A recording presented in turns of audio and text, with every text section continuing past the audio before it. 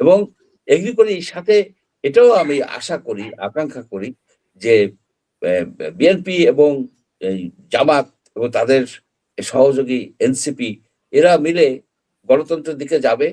যেগুলি জুলাই সনদে যেগুলি সবার কাছে গ্রহণযোগ্য ছিল সেগুলিকে ইমপ্লিমেন্ট করবে অ্যামেন্ডমেন্টের মাধ্যমে। আমরা এগিয়ে যাব। আমাদের প্রধান শত্রু বিএনপিও না, জামাতও না, আওয়ামী লীগও না।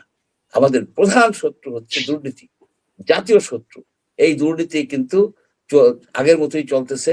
স্পেশালি যে গত 18 মাস যে ডক্টর ইউনূসের নেতৃত্বে যে সরকারটা ছিল, তারা অনেকগুলি কালচার তৈরি করে গেছে। এটা ব্যাড কালচার। একটা হচ্ছে মবের কালচার তারা তৈরি করে গেছে। এটার থেকেও আমাদের বেরিয়ে আসতে হবে। আর একটা হচ্ছে যে দুর্নীতি, ব্যাপকভাবে তারা দুর্নীতি করেছেন, তারা নিজেরাই দুর্নীতি করছেন। এবং এর মাধ্যমে কি হয়েছে, আগামী যে কেয়ারটেকার গভর্নমেন্ট হবে, সেই কেয়ারটেকার গভর্নমেন্টের উপরে লোকের আস্থা থাকবে না। এরা তো নির্দলীয়। এই পর্যন্ত 5টা নির্দলীয় সরকারের আন্ডারে নির্বাচন হয়েছে। 4টে নির্বাচন ভালো হয়েছে এবং সেগুলো অ্যাকসেপ্টেবল হয়েছে বলে সবাই বলেন। আমিও মনে করি এই নির্বাচনটাও অ্যাকসেপ্টেবল হিসেবে আমরা মনে করি। কিন্তু পার্থক্য হলো, আগে নির্বাচনগুলিতে যারা কেয়ারটেকার বা ইন্টারিম গভর্নমেন্টের সদস্য ছিলেন, মন্ত্রী ছিলেন, তাদের কারো বিরুদ্ধেই কিন্তু এরকম ব্যাপক দুর্নীতির অভিযোগ আসে নাই। দু একজনের বিরুদ্ধে আসছে, দু একজনের বিরুদ্ধে আসে নাই তা না, কিন্তু এইখানে তো সবার বিরুদ্ধে একেবারে বড় বড় দুর্নীতির সব কাহিনী বেরিয়ে আসতেছে। সেই জন্য ভবিষ্যতের কথা চিন্তা করে এই কেয়ারটেকার গভর্নমেন্টে যারা দুর্নীতি করছে তাদের সেই দুর্নীতিকে তদন্ত করা দরকার, তদন্ত করে বিচার করা দরকার। বিচারে যদি প্রমাণিত হয় তারা দুর্নীতিবাজ, তাদেরকে জেলে ঢুকে রাখা দরকার। জেলে তো থাকতে পারে, আগের মন্ত্রীরা আছে না। আপনি যেটা বলছেন যে এটা তো সংবিধানে নাই, নির্বাচন কমিশন কিভাবে 2টা শপথ নিয়েছে। তো এখন যদি নির্বাচন কমিশন এই প্রশ্ন আসে যে সংবিধানে তো অনেক কিছুই ছিল না, যে 5 আগস্টের পরে অনেক কিছুই ঘটেছে, তো সেগুলোর ব্যাখ্যা আসলে কি হবে মঞ্জুর ভাই? এখানে এই প্রশ্নগুলাই এসে যাচ্ছে বারবার। এই প্রশ্নগুলি হচ্ছে কি সার্কুলার প্রশ্ন। আমি এই জন্য বলি যে এটা সংবিধানে তো কোথাও নাই যে একদম সিটিং প্রেসিডেন্ট পালাই যেতে পারে। সে প্রেসিডেন্ট তো না, আপনার সিটিং প্রাইম মিনিস্টার পালাই গেছে, সে কাউকে না বলে জীবন বাঁচানোর জন্য সে পালিয়ে গেছে বা তাকে পালিয়ে যেতে দেয়া হয়েছে, যেটাই হোক না কেন সে তো চলে গেছে, সে তো জাতিকে জানায়ও নাই যে আমি চলে যাচ্ছি। সুতরাং এইগুলিও তো নাই সংবিধানে।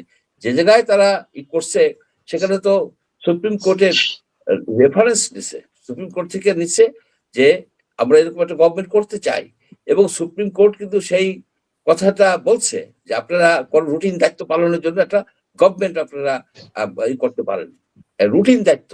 কিন্তু ইউনূস সাহেব সেই কথাটা মানেন নাই। উনি রুটিন দায়িত্বের পরিবর্তে অনেক অনেক বড় বড় সব কাজ করে ফেলছেন।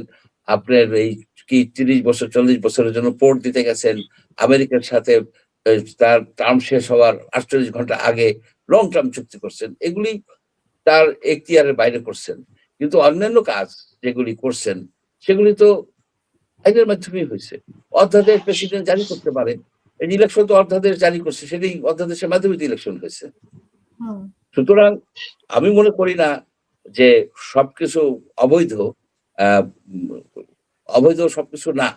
এখানে অবৈধ বলে আপনি সরকারটাকে অবৈধ আপনি ডিক্লেয়ার করা দেওয়ার পর ইলেকশন তো ইলিগাল হয়ে যায়, আবার একটা উল্টে পাল্টে দে মাল লুটে পুটে খাই, এই ধরনের বেশ কিছু লোক কিন্তু জড়ো হয়েছে। এই জড়ো হয়ে দেশটাকে একটা আপনি অরাজকতার দিকে নিয়ে যেতে চাচ্ছে, এইটাই একটা দুর্ভাগ্যজনক বিষয়। তবে যাই হোক, আমি এইখানে একটা বলি যে এই টোটাল যে বিষয়টা, এই যে 5ই আগস্টের পর থেকে এই পর্যন্ত আগামীকাল যে একটা সংসদ হতে শুরু হতে যাচ্ছে, এই যে দীর্ঘ যাত্রা, এই দীর্ঘ যাত্রায় একজনকে আমি বলবো সে একজন সাইলেন্ট হিরো, এবং তার যারা কমরেড, এই যে বাংলাদেশ সেনাবাহিনী, বাংলাদেশ আর্ম ফোর্সেস এবং জেনারেল ওয়াকারুজ্জামান, তারা কিন্তু জাতিটাকে একত্রে ধরে রাখছেন। সকল উস্কানিকে উপেক্ষা করে তারা কিন্তু একটা পথে নিয়ে আসছেন, যেখানে আজকে আপনার একটা নির্বাচন হয়েছে, একটা সংসদ কয়েক ঘন্টা পরে, মানে 12 ঘন্টা অথবা 18 ঘন্টা পরে একটা সংসদ হতে যাচ্ছে। এই হওয়ার পেছনে তার যে ভূমিকা এবং তার যে সহকর্মী, সেনাবাহিনীর যারা সহকর্মী, তারা অক্লান্ত ভাবে কাজ করছে, কঠিন সব পরীক্ষার মধ্যে দিয়ে গেছে, অনেক উস্কানি ছিল, কিন্তু তাতে ওনারা ভ্রুক্ষেপ না করে গণতন্ত্রের পক্ষে বাংলাদেশকে নিয়ে গেছে। একটা গণতান্ত্রিক সরকার আমরা পেয়ে গেছি। এইটার যাতে সাকসেসফুল হয় তার জন্য আমাদের সবাই সহযোগিতা করা দরকার। কোন রকমের উস্কানি, কোন রকমের বিশৃঙ্খলাটা, কোন রকমের যে সংবিধান বাতিল করে দিব, এই যে কোথাকার আলী রিয়াজ এসে আপনার যে মিটিং করে যে এটা করার ফলে তো এইসব হয়েছে। আমরা সংবিধান বাতিল করব কেন? সংবিধান সংস্কার করব। যেসব অ্যামেন্ডমেন্ট ছিল সেগুলো তো আর নাই, নতুন অ্যামেন্ডমেন্ট করতে হলে করা হোক। এবং আমাদের যারা সংবিধান এক্সপার্ট আছে তারা বলতেছে যে 2/3 মেজরিটি নিয়ে যা ইচ্ছে তাই করা যায়। যা ইচ্ছে মানে কি, আপনি কোর ভ্যালু তো চেঞ্জ করতে পারবেন না। আপনার যে সংবিধানের যে বেসিক স্ট্রাকচার তো হঠাৎ করে চেঞ্জ করা যায় না, হঠাৎ করে করাই যায় না। কারণ যখন একটা বিপ্লবের মাধ্যমে, একটা সশস্ত্র যুদ্ধের মাধ্যমে যে রাষ্ট্রটা প্রতিষ্ঠিত হয়েছে, ওইভাবেই রাষ্ট্র চলবে।